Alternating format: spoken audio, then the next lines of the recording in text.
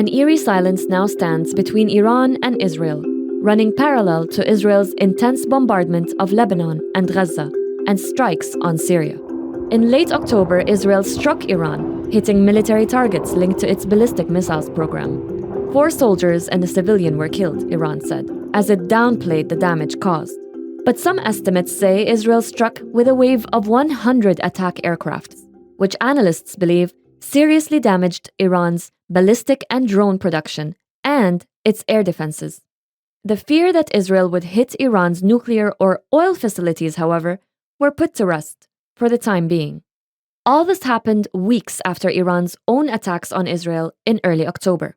Israeli authorities notified the media and the public not to share the locations or details of any sites that were struck, keeping watchers and analysts guessing as to how big the attack really was. But satellite imagery later revealed some damage to Israel's most important airbase, Nevatim. Still, the damage appears to have been limited. 2 buildings hit out of over 30 impact points. But Israel's attack prompted criticism from Arab states, including the GCC. The UAE strongly condemned the strike and expressed deep concern over its repercussions on security and stability in the region. Saudi Arabia called it a, quote, violation of sovereignty and international law, urging all parties to exercise maximum restraint and calling on the international community to take action towards de-escalation. This while Iran's Foreign Minister Abbas Araghchi had been recently on tour across the Middle East, making stops in Saudi Arabia, Qatar, Iraq, Oman, Jordan, and Egypt, among others. He later said that he received guarantees from regional neighbors that neither their soil nor their airspaces will be used to facilitate any attacks on Iran. He also said that Iran does not want a war to escalate and wants to establish a ceasefire. But since Israel's strike, Tehran has vowed to respond again, despite the US, the UK, and others urging the end of this tit-for-tat exchange of fire that may seem like it's contained, but actually has far-reaching ripple effects that may extend beyond the borders of each country.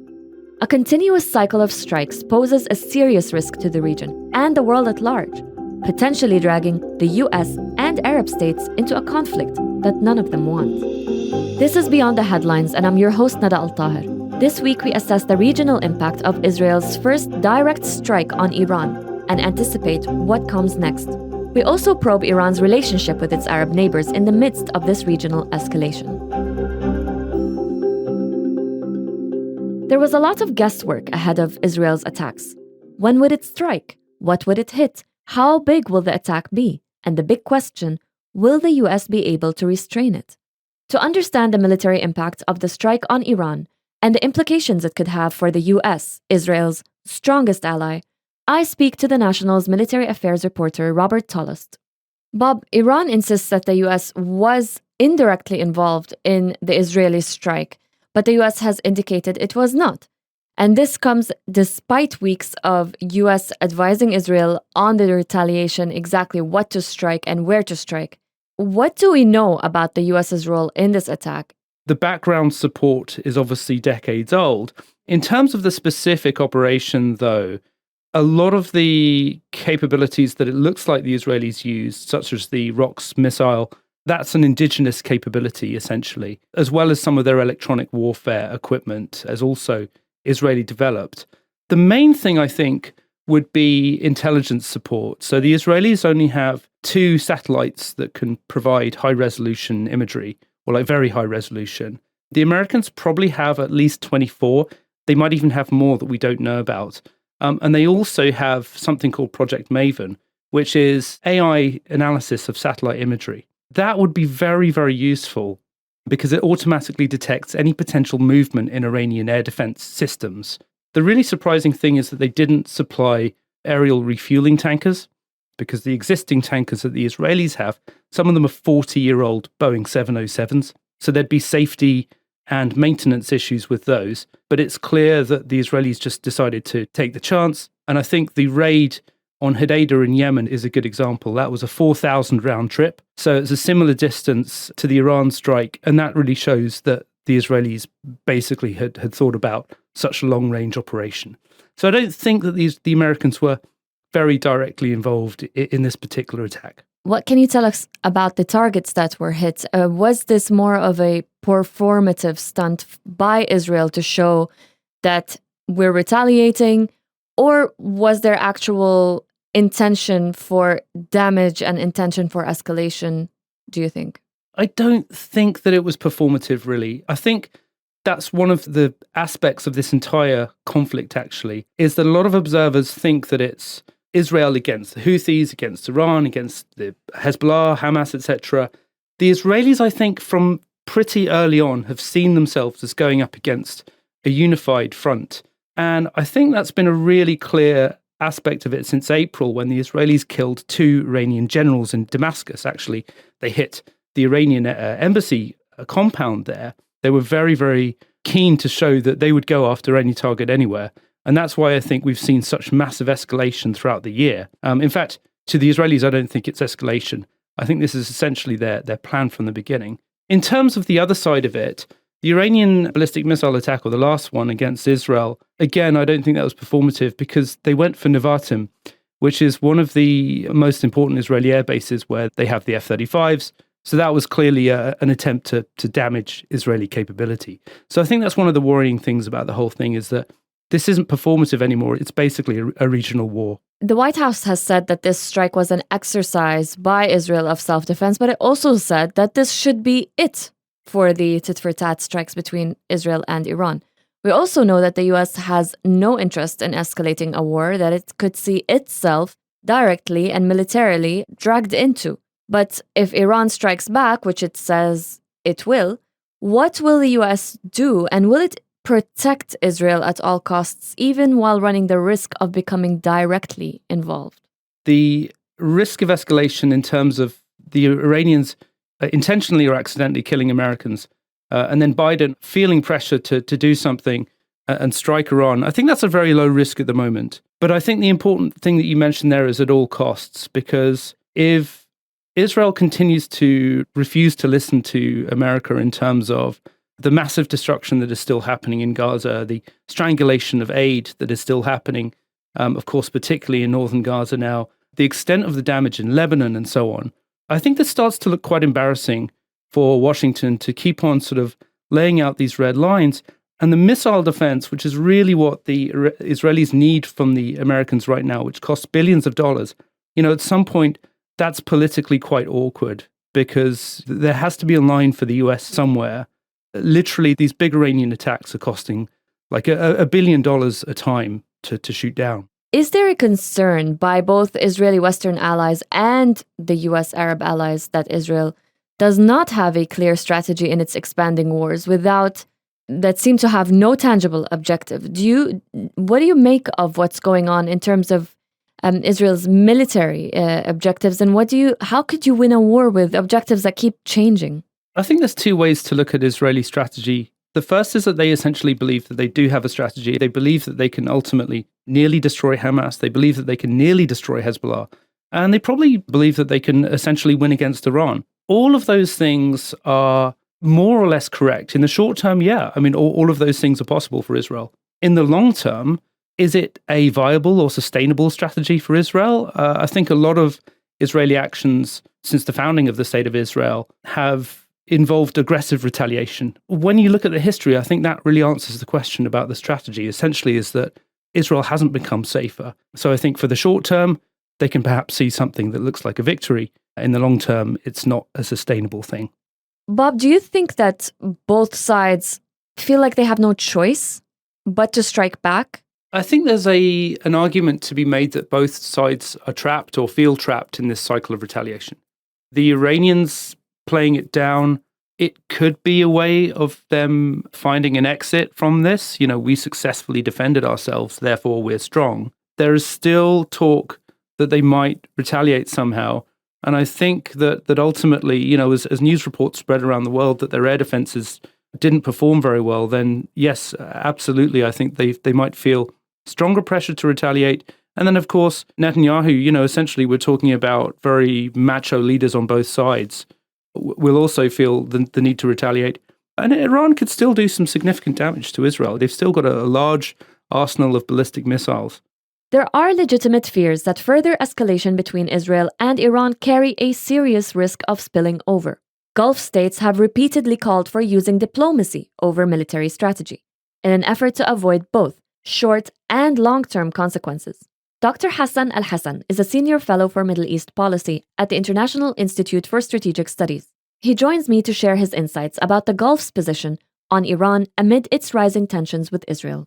Hassan, Iran's Foreign Minister Abbas Araghchi toured the Middle East before Israel's strike after Iran said that Gulf countries should not let their airspace be used in an Israeli attack. Was an actual agreement reached? And did we see any manifestation of that agreement during the Israeli retaliation?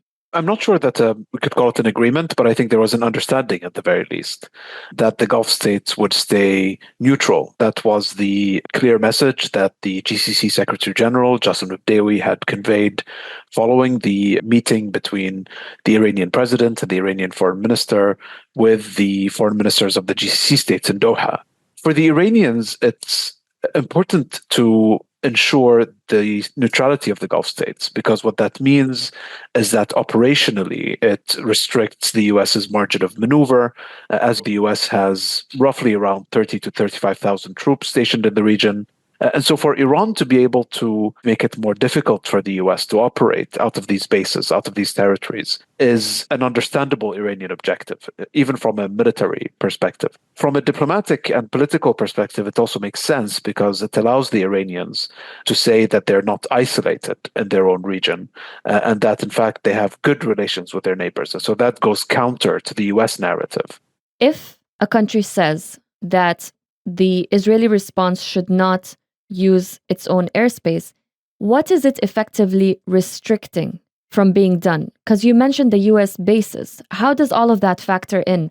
So I think the understanding here is that, the Gulf states would not allow Israeli fighter planes to overfly their territories on their way to striking targets in Iran.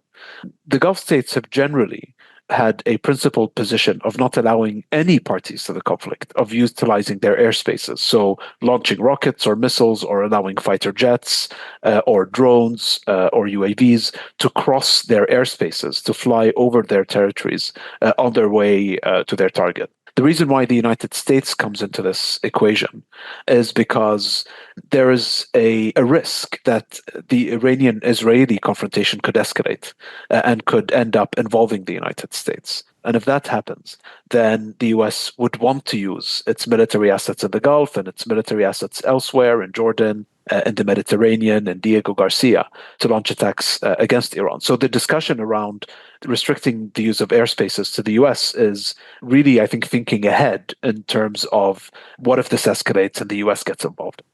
We spoke about Iran wanting to demonstrate that it has close ties with the Arab states. We know that obviously everyone is concerned about an uncontained war coming to their backyards in the region.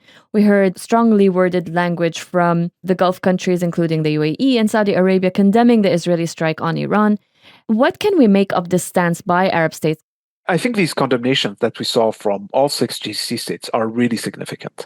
And the reason why, I think, is that all of the 6 GCC states are on board. So keep in mind, for example, that even Bahrain, which doesn't have a formal diplomatic relationship with Iran, and that has always traditionally been the most hawkish Gulf state on Iran, has also condemned these attacks. And so I do think that it reflects a common concern in the region of Israeli recklessness and how Israeli risk-taking could end up importing the war into the region, into their own neighborhoods. And I think that's the last thing that the Gulf states want to see. But keep in mind that this position of neutrality on the part of the Gulf states is not simply limited to the condemnations that we've seen now. All of the Gulf states, with the exception of Bahrain, chose not to participate in Operation Prosperity Guardian in the Red Sea. They chose not to participate in the US and UK-led strikes on the Houthis in Yemen. And so I think the broad regional consensus is on a position of neutrality. Now, the question is, why is that? It reflects a view in the Gulf that Iran is actually very difficult to deter, that even the Israelis and the Americans aren't able to fully deter Iran. The other point, I think, is that the Gulf states realize that they're more vulnerable to Iranian retaliation than Israel is. And so Israel has extremely sophisticated air and missile defense capabilities. It's geographically further away from Iran. It has exceptional Western support. And so, in a sense, seeking neutrality and trying to de-escalate relations with Iran, de-escalate tensions with Iran is, I think, a big priority for them. And I think finally, the other point that goes into this is that the Gulf states really see the West and the United States as being a fickle partner. All you need to do is to look at the state of the debate in the West at the moment over support for Ukraine. If the West proves fickle on Ukraine, then you can imagine what lessons are being drawn in the Gulf vis-a-vis reliability of the US. And they see the fact that the Iranians are isolated and they need this relationship as well. There are historically long and credible US allied Arab states. They have been calling for a ceasefire long before the US did and have condemned Israel's military strategy in Gaza, Lebanon, and now Iran, Yemen and Syria, of course, on the side, despite the obvious advantages to weakened Iranian proxies in the region to them. Are we simply seeing diverging policies between the US and its Arab allies, or could there actually be a damage or an impact to that relationship?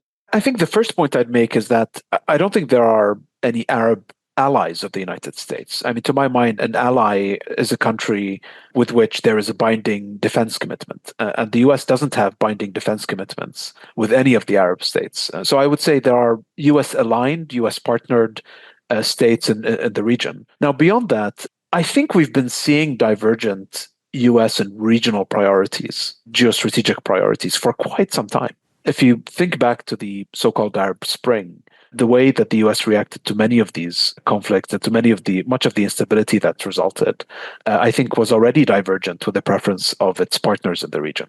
If you think back to the Iranian nuclear accords that were signed in 2015, that there was already a very significant gap in preferences. If you think back to the way the US was perceived as not really reacting in a forceful manner to Houthi and Iranian attacks on the UAE and on Saudi Arabia in 2019, there was already a significant gap, I think, in priorities there. What we're seeing at the moment, again, is this gap, I think, materializing. The Arab states obviously want to see Iran's partners in the region weakened. None of the Arab states are fans of Hezbollah or even Hamas, for that matter.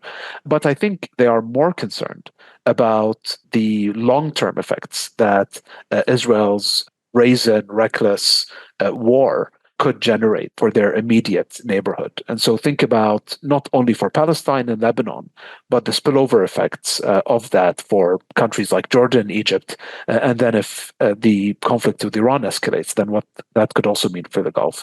Beyond the immediate war, we are, I think, poised to see divergences on a different front, which is a geoeconomic front. So we've seen how the US's policy in global oil markets, how US technological protectionism on AI, on semiconductors, and how the US has been pressing countries to implement Western sanctions on Russia, and so on, have also, I think, contributed to this divergence and to this gap between the US and many of its partners in the Middle East. Iran is often called an expansionist regime, with proxies all over the region. But Israel has now started fronts with Gaza in the West Bank, Lebanon, Yemen, Syria. Are there fears that Israel may become a bigger threat in the region than Iran, or its proxies ever could? Yeah, it's possible. Israel could be perceived as being a bigger threat. Partly because it's very aggressive and is also expansionist in many ways. So it's obviously very expansionist when it comes to Palestinian territories. We've seen the pace of annexation in the West Bank and the building of illegal settlements. There is a question of what Israel might end up doing to southern Lebanon and how southern Lebanon is going to look like after this war. There's a question as to the future of Gaza and whether Israel, under an extreme right-wing government, will try to annex Gaza. It's quite clear that Israel is bringing about a permanent demographic, topographical change to its strategic environment. I think this is perceived as being very dangerous on the part of the Gulf states. They've said so in not so many words. One of the main differences is that Israel is a nuclear weapon state already. And so I think that contributes to the threat perception. The trajectory of Israel's domestic politics is also extremely concerning, given how powerful the extreme right-wing government has been. It's not the kind of government that countries in the region can work comfortably with. The fact that Israel is rejecting outright the prospect of a Palestinian state, that puts everyone in the region, the Gulf states included, in a very difficult position, because the cornerstone of regional diplomacy on this issue is the two-state solution. I don't want to draw comparisons with Iran because it depends on how Iran's behavior evolves as well, but I think the chances that Israel gets perceived in a very negative light are real.